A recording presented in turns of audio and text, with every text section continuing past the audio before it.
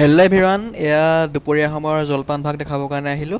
দুপৰীয়া সময়ত যিহেতু কিবা এটা খাওঁ খাওঁ লাগে নহয় জানো, তাকে আজি কলেজৰ পৰা আহিলোঁ আৰু দুপৰীয়া সময়ত এনেদৰে বনাই খালোঁ দেই। মানে বনাইনো কি আৰু, অথনি ৰাতিপুৱাৰ আপোনাৰ মগু দালি বনাইছিলোঁ, সেয়া আছিলে। তাকে বোলো ভাতটো নাছিলে দেই, এইফালে চিৰা ঘৰৰ পৰা লৈ আহিছিলোঁ। হ'লে ঘৰৰ চিৰাই আপোনাৰ তিয়াই থৈছিলোঁ আৰু এয়া খালোঁ। আৰু চিৰা আপোনাৰ পানী ঢালি খাবলৈ ভাল, কিন্তু এই দালিকণ আছিলে যে বোলো নষ্ট হোৱাতকৈ খাই পেলাওঁ আৰু এনেদৰে পূৰা ডাঠ দালি।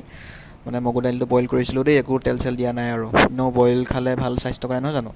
আৰু লগত লৈছিলোঁ আপোনাৰ তিয়ঁহ এটা আছিলে, কাটি ল'লোঁ। এইফালে মাছ ফ্ৰাই পিচ আছিলে, টেঙা লৈছোঁ, নহৰু দুফুটা আৰু জলকীয়া এটা।